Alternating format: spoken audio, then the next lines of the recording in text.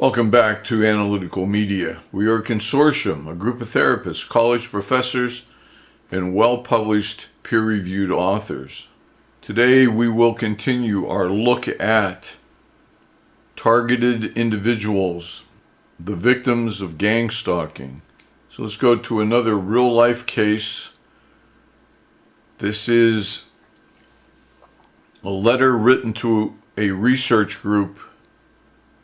This is not part of a research study. This is an unsolicited letter. And so he writes, "Hello, my name is so-and-so, and I live in California. I have been a victim of gang stalking since April 2017, but I didn't know what was happening until about 8 months ago. I read your article online and decided to email you. I am getting the full plethora of what this program has to offer. I have the voices in my head, and the people circling me, harassing me, telling me that they're going to hang me and try to physically fight me. Before I understood what was going on, I tried medication that had absolutely no effect on the voices that constantly torment me and torture me. My friends and family call me crazy. They say I'm losing it. Every time I call the police, they throw me in the mental hospital. I am a union carpenter, but had to go on disability because of the pain that I fear that this is causing me. I fear I am doomed for a life of torture. If you know anybody that this is happening to, or has any influence on what I can do or help to get these voices out of my head, please send me the information. You seem to be knowledgeable on the subject, and somebody would not call me absolutely insane right off the bat for saying this stuff. Thank you for your time." Again, this is someone who's used to being called mentally ill or crazy, insane, for what he believes is happening to him. And as I've mentioned in other videos, the voices he hears are as real as people sitting in the room talking to him. They sound exactly the same. There's no difference. The people that are coming up to him and want to fight him, tell him that they're going to hang him. It's real. It's as real to him as if it actually happened. Am I saying it did not actually happen? I am not. No one should do that.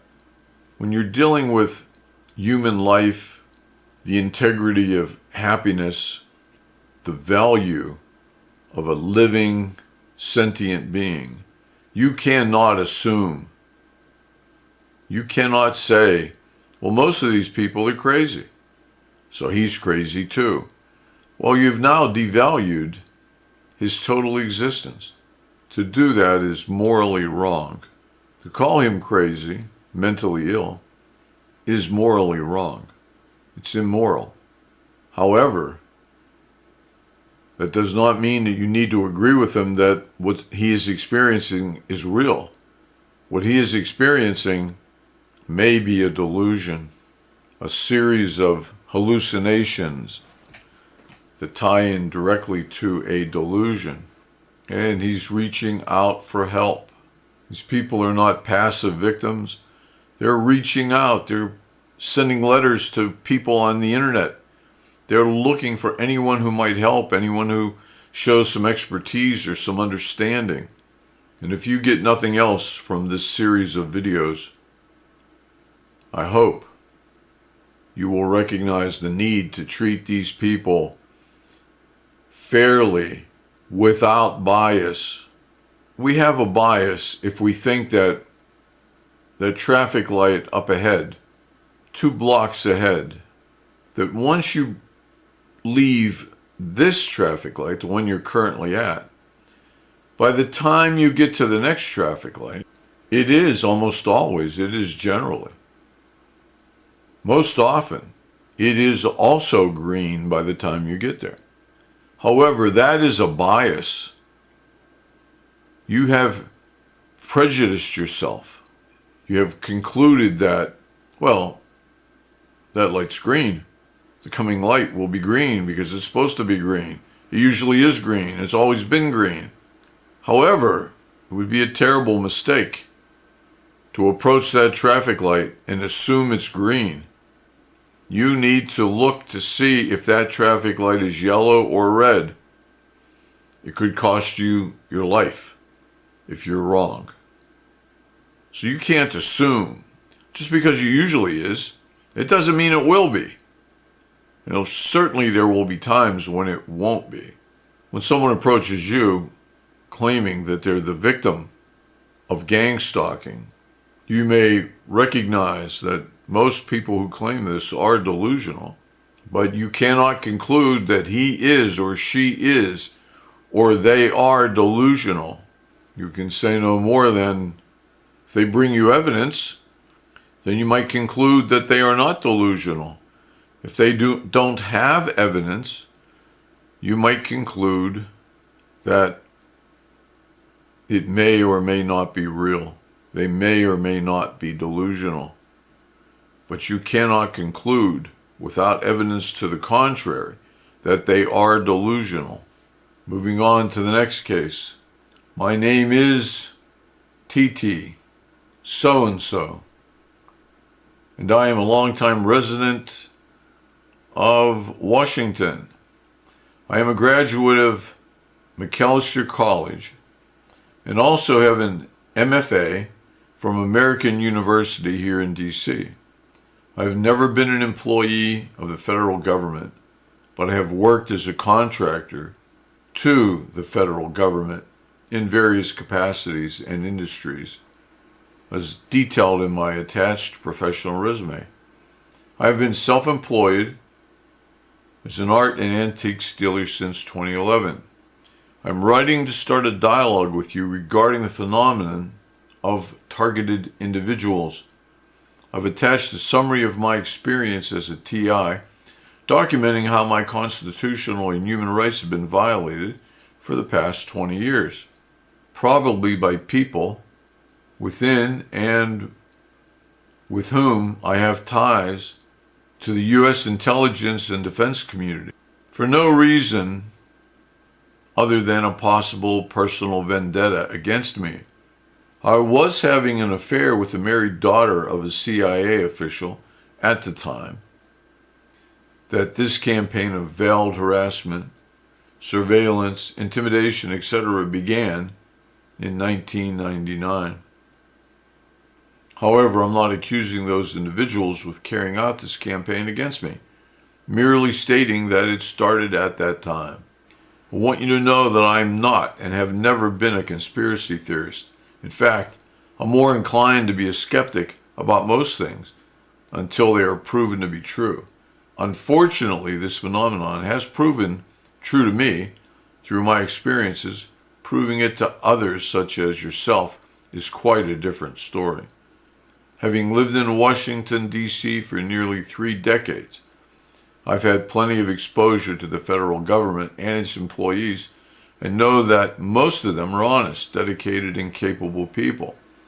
I also know and have seen firsthand that there are corners of the government where individuals operate with little or no accountability and no visibility to Congress or the general public, not just in the intelligence agencies.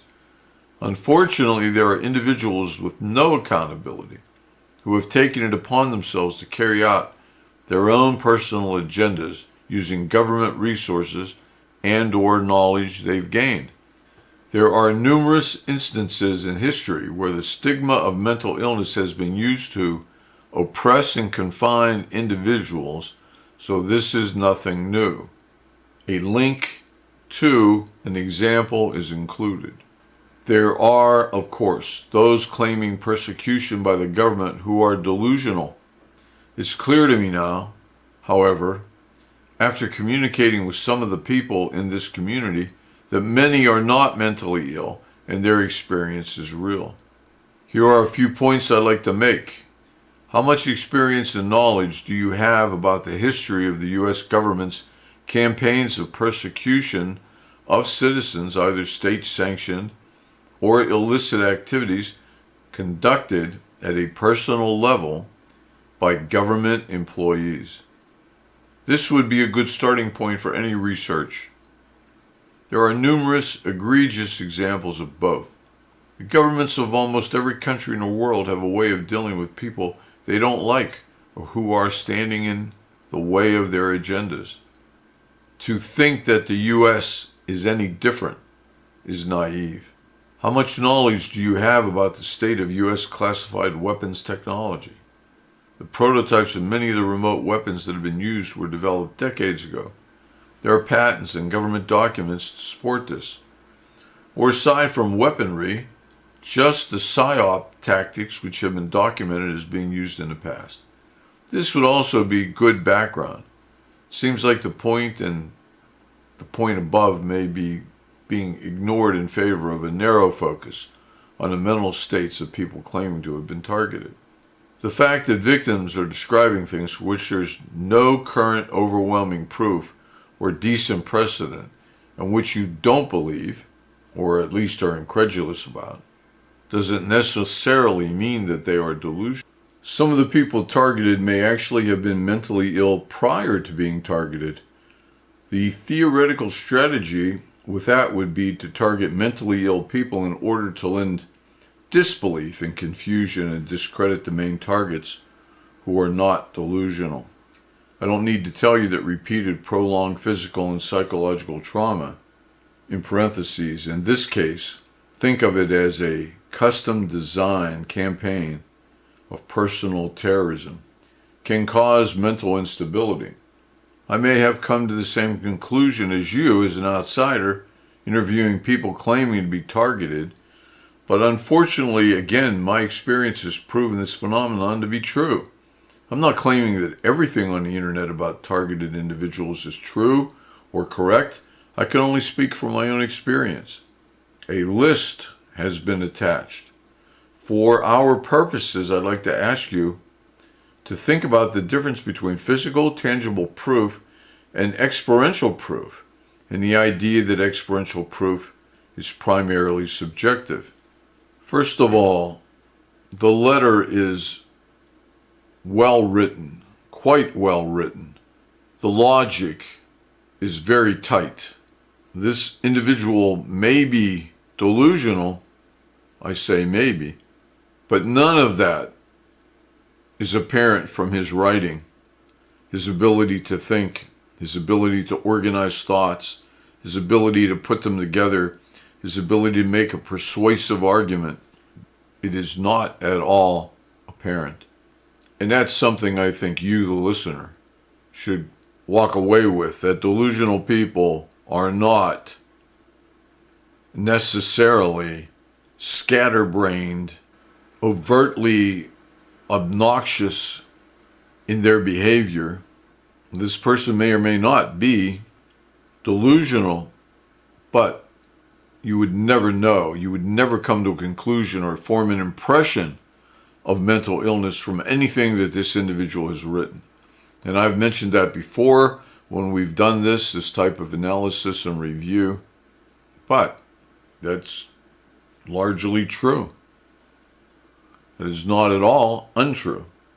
It is not at all uncommon to see people of high intellect, people functioning at a very high level, to be schizophrenic, to be delusional. And if we go back to his last paragraph, I'd like to ask you to think about the difference between physical, tangible proof and experiential proof, and the idea that experiential proof is primarily subjective.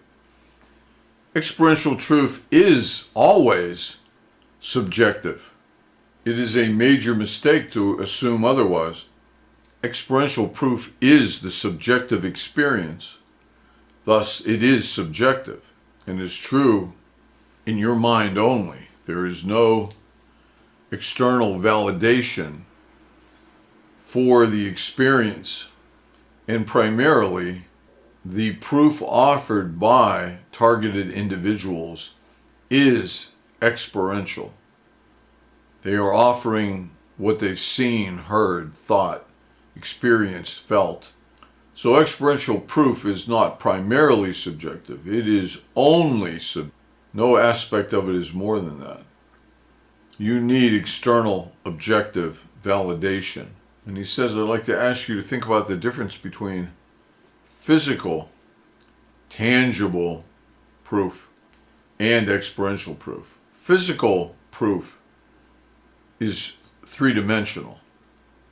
It exists in the actual world.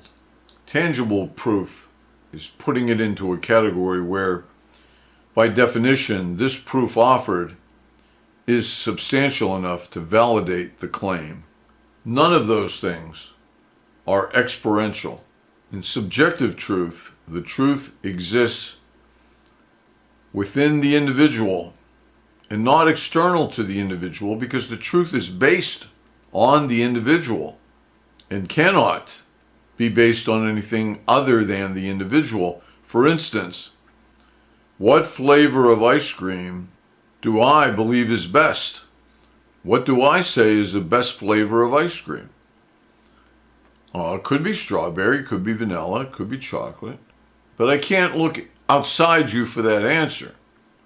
I can't go to the American Dairy Council and ask them the most popular flavors. Wouldn't make any difference, because what is the best flavor? So Tom says chocolate or vanilla or strawberry. And the right answer is whatever Tom says, because it's based on Tom. It's not based on the American Dairy Council. Objective truth comes from outside the individual. The truthfulness of the answer, the correctness of the answer, is not based on the individual in any way. We are Analytical Media. We're taking an in-depth look at serious topics pertinent to philosophy and psychology and consciousness, happiness, meaningful existence, all the same area, all the same field. I hope you're enjoying this in-depth look, actual first-person testimony of targeted individuals. Don't hesitate to share this with another person. If you have stumbled upon this by accident and you find it to be of meaning to you, then subscribe. You'll be notified every time we post something. Hopefully this helps. It helped you. Maybe it helped your mother. If so, we've accomplished our intent. And if not, we'll try on the next video.